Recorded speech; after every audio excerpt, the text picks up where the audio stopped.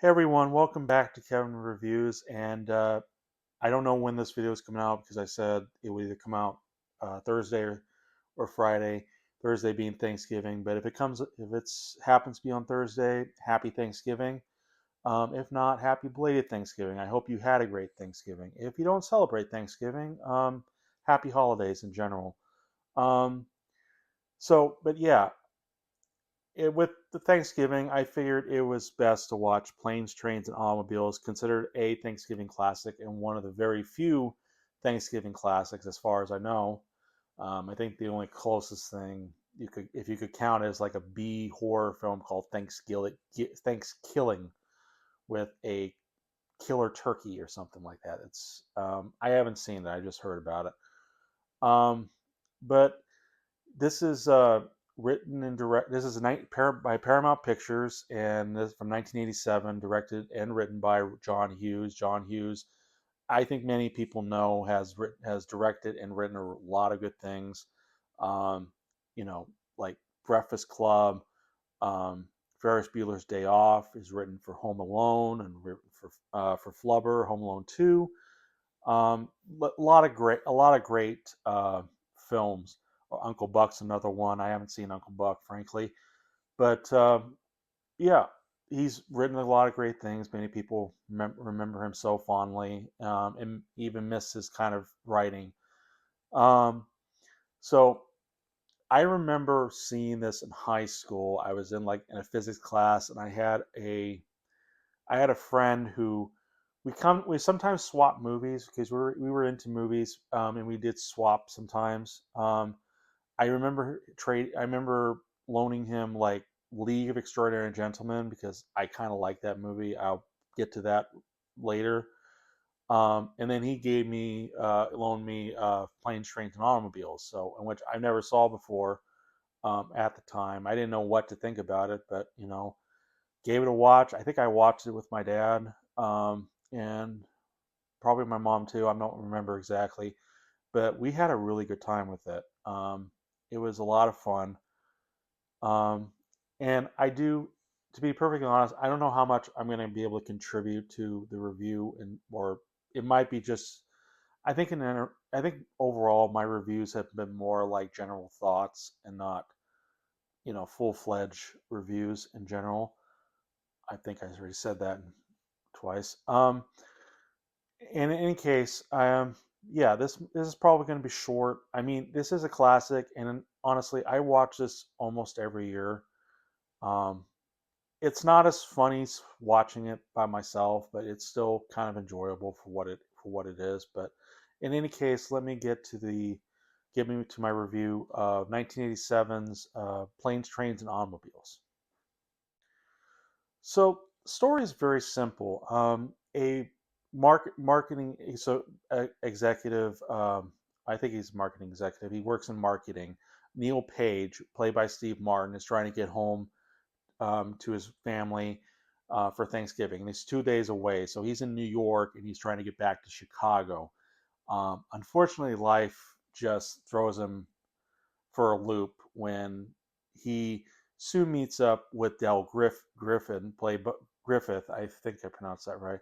Played by John Candy, who is loud, he's very talkative, and he has very you know irritating habits. And so now they're both of them are trying to head to Chicago, so Neil can be home with his family. So buddy, it's a it's a buddy road trip comedy, and an unlikely buddy road trip comedy. Um, and rewatching again, I granted, like I said, I have because I've seen this many times, and it did still give me some good chuckles. But seeing it by myself, it's not as funny, or I kind of get it's kind of going through the motions. But I still really enjoy this movie. It's a classic for a very good reason.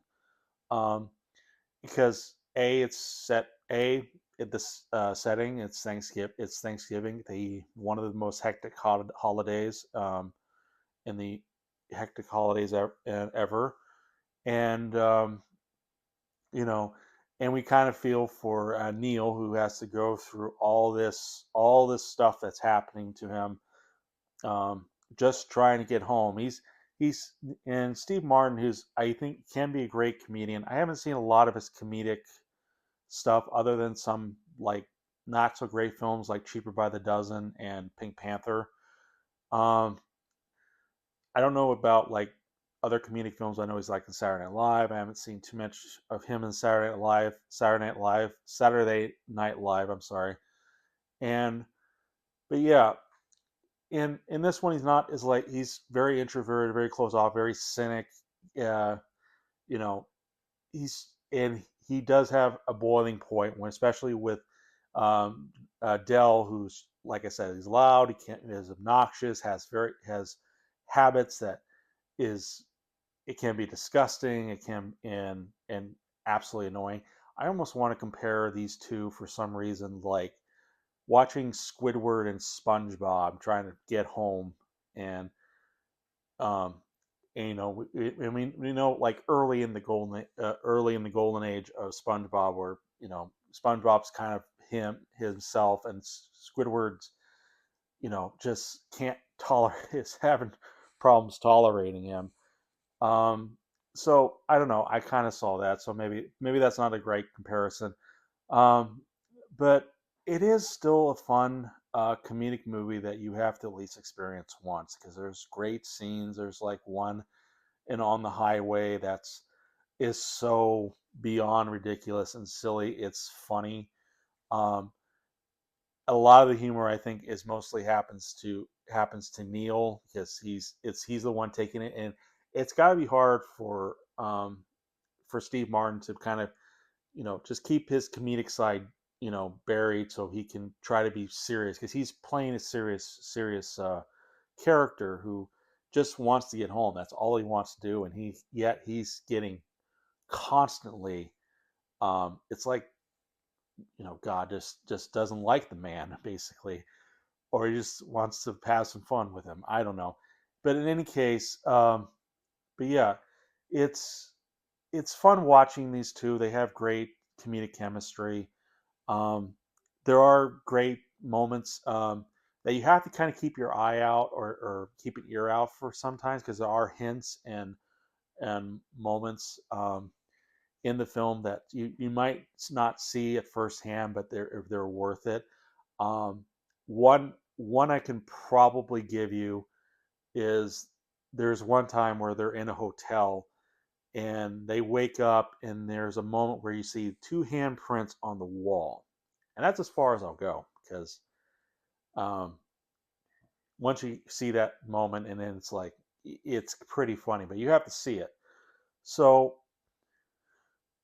but yeah, I think we like, we feel for Neil. We probably have been through some, annoying people before, and we have that tolerance level. And it's interesting how they handled it, because it's like they don't, because usually a buddy road trip or buddy cop, or sometimes, unlikely buddies. That's sorry, that's Tally tearing up my couch. Um, just they technically just they try to get along, or they try to get used to each other, and then they have a blow up, like later on in the film, like near the last third of the film or something. And then but no, they kind of do it very differently. And the writing especially is fantastic, and how these characters work, talk to each other. um, Even moments where Neil has to constantly berate Dell, and Dell is just kind of like, he does kind of, go after him, call him names at times too, but he's not, he doesn't, he wants to try to treat people as best he can, despite the downfalls. And he can sometimes be just as, a bit, just as a big kind of a jerk, not as much as, but as similar to Neil. Um, so yeah, I don't have a ton to say. I think it's still a classic Thanksgiving film that everyone I'm sure have watched before. Um, does it have anything to do with Thanksgiving? No, it's basically Planes, Trains, and Automobiles. If you take Thanksgiving out of the equation, it is just seen as probably your standard, um, unlikely buddy road trip movie. And if it's like, and basically like Die Hard, if Christmas wasn't in the equation, then it wouldn't have been considered a Christmas movie. And of course, that's the argument for another time. But yeah, but this, because it's Christmas, not Christmas, Thanksgiving, and it's the whole rush on trying to get home and spend time with the family for one of the most important holidays. Um, and it's I'm sure many of us have gone through that. Of course, this is 1987, where things like the internet or cell phones are not a thing. So it's like you got to be very, um, I don't know what the word I'm looking for is, but you do kind of feel like very alone once you're out on the road and you're trying to take care of yourself, and you got to make sure you have everything you need, money, wallet, and stuff like that, to basically get by. Otherwise, if you don't have it, then you're done. You're gonna need to find some help, and that's the case in this movie with Neil. He has to find help with Dell. So yeah, as much as I thought I would like to talk more about it, like the comedic bits, high tally. I don't think I don't want to ruin anything. It's best you experience Planes, Trains, and Automobiles for Thanksgiving. Maybe you'll find it a Thanksgiving classic, despite being 1987. But that's what makes it so unique. Oh, I forgot to mention, I do like the fact that I also really like it because it is one of many, probably many few or many comedies that do try to balance out its humor with some dramatic moments that are still pretty good. That keeps me invested in the characters overall. So yeah, I highly recommend it. So I give this 5 stars. But what are your thoughts on Planes, Trains, and Automobiles? Leave in the comments below. Feel free to like or dislike the review. It's up to you. Feel free, and also subscribe to my channel and click the notification bell so you can be updated on any reviews that are coming out. And I will see you guys in the next review. Bye.